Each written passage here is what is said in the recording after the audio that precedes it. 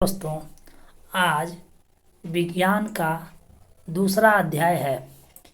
जो इस अध्याय का नाम है जंतुओं में पोषण। तो जंतुओं में जो पोषण होता है उसका कुछ जो इम्पोर्टेंट फैक्ट है, पाठ का जो कुछ मुख्य बातें हैं, इसके बारे में है आज हम जानेंगे। फिर यहाँ से आज शुरू करेंगे। ये विज्ञान का 7वीं कक्षा का है। तो सबसे पहले ये दिया हुआ है कि सभी जीवों को अपना उत्तम स्वास्थ्य, शारीरिक वृद्धि, विकास एवं गतिशील बनाए रखने के लिए पोषण की आवश्यकता होती है। उन्हें खाने के लिए आवश्यकता होती है। पोषण मतलब खाने पीने की। जीव जंतुओं द्वारा ग्रहण किए गए पोषण के अवयव को शरीर विभिन्न प्रकार के पदार्थों में संश्लेषित करता है, जिसमें से कुछ तो शरीर के लिए अत्यंत उपयोगी होता है, जबकि कुछ अवशिष्ट अनुपयोगी होते हैं। इस संपूर्ण प्रक्रिया को पाचन कहते हैं। इस संपूर्ण प्रक्रिया क्या कहते हैं? पाचन कहते हैं। फैक्ट नंबर 3 जो दिया हुआ, अगला फैक्ट है कि छीलना, चबाना, कुतरना, बैधना, पकड़ना, निगलना, चूसना आदि भोजन ग्रहण की विधियां हैं। अगला फैक्ट जो दिया हुआ है कि मनुष्य में भोजन अंतर्ग्रहण मुख द्वार से होता है, फिर उसका पाचन और उपयोग होता है। अंत में भोजन का बिना पचा हुआ अनुपयोगी भाग मल के रूप में मल द्वार से निष्कासित मतलब निकल जाता है, निष्कासित होता है। मनुष्य में भोजन मुख द्वार ग्रहण मतलब किया जाता है, खाया जाता है। ग्रहण किए जाने के बाद एक सतत लंबी नलिका से गुजरता है, जो मुख गुहिका से आरंभ होकर गुदा या मल द्वार तक जाती है। इसे आहार नाल कहते हैं। इंग्लिश में बोलते हैं इसे एलिमेंट्री कैनाल।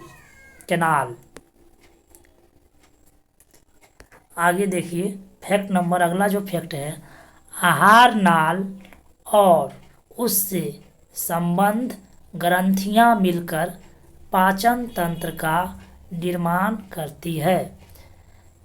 इसे देखिए, दांत का आकार और कार्य के अनुसार उसे निम्न भागों में बांटा गया है। तो दांत को 4 भागों में बांटा गया है। जो पहला है कृतंक, इंग्लिश में इसे बोलते हैं इंसीजर। दूसरा है रदनक, इंग्लिश में इसे बोलते हैं कैनाइन। तीसरा है अग्र चवर्णक, इंग्लिश में बोलते हैं इसे प्रीमोलर।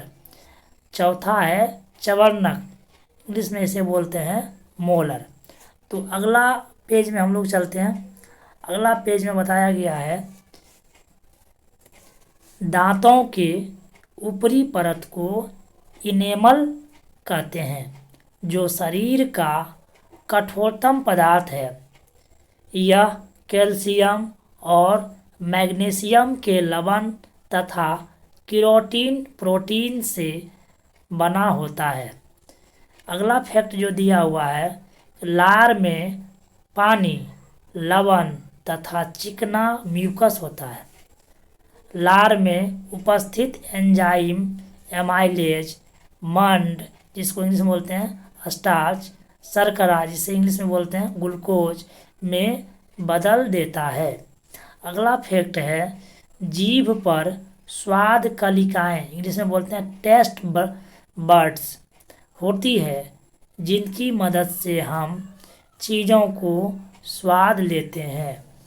अगला फैक्ट है जीभ हमें साफ स्पष्ट बोलने और शुद्ध उच्चारण करने में भी मदद करती है।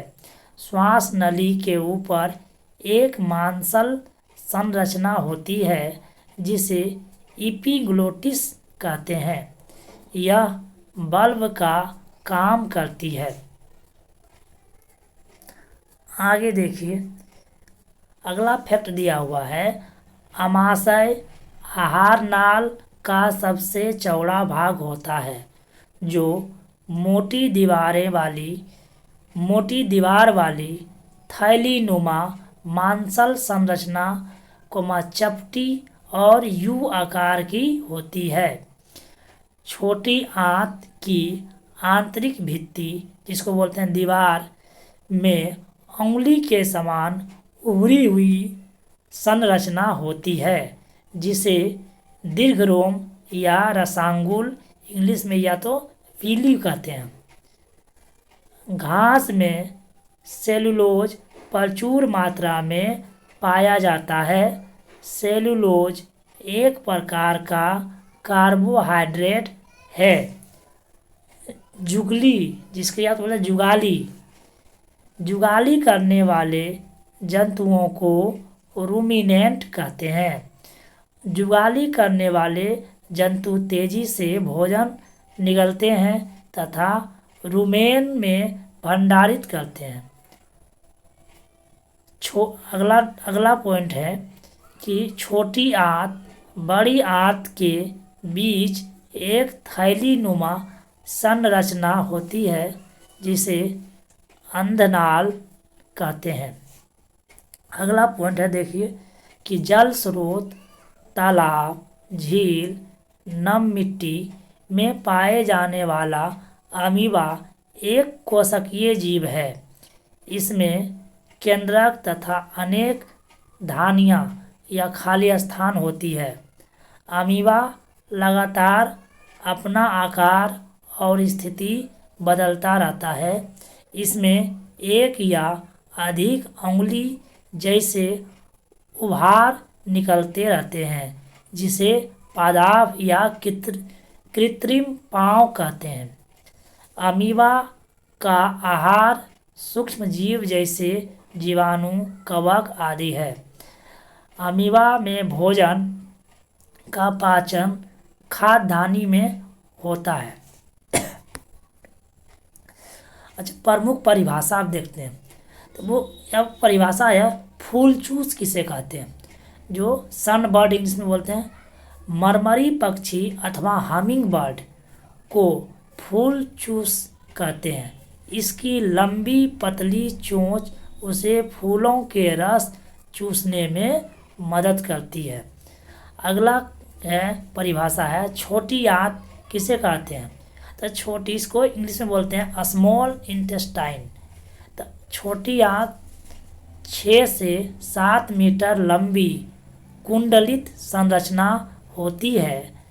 इसमें यकृत, अग्नाशय तथा स्वयं उसकी दीवारें से स्राव होता है। अगला है, बड़ी आंत किसे कहते हैं, इसे इंग्लिश में बोला जाता है लार्ज इंटेस्टाइन। बड़ी आंत की लंबाई लगभग 1.5 मीटर होता है। यह छोटी आंत की अपेक्षा छोटी और चौड़ी होती है। अगला है, जुगाली या पागुर किसे कहते हैं, तो जंतु जब खा नहीं रहे होते तब उसकी मुंह चलता रहता है। इस प्रक्रिया को जुगाली या पागुर कहते हैं। सेलुलोज किसे कहते हैं, यह एक प्रकार का कार्बोहाइड्रेट है जो घास में प्रचुर मात्रा में पाया जाता है। अगला है कि मंड किसे कहते हैं, चावल में मंड पाया जाता है। लार मंड को शर्करा में बदल देता है। अगला है कि रूमिनेंट किसे कहते हैं, जुगाली करने वाले जंतु को रूमिनेंट कहते हैं। इस तरह से आज का जो है ये जंतुओं में पोषण का कुछ परिभाषा, उनके कुछ मुख्य बातें थे। फिर अगले दिन से हम क्वेश्चन आंसर में चलेंगे।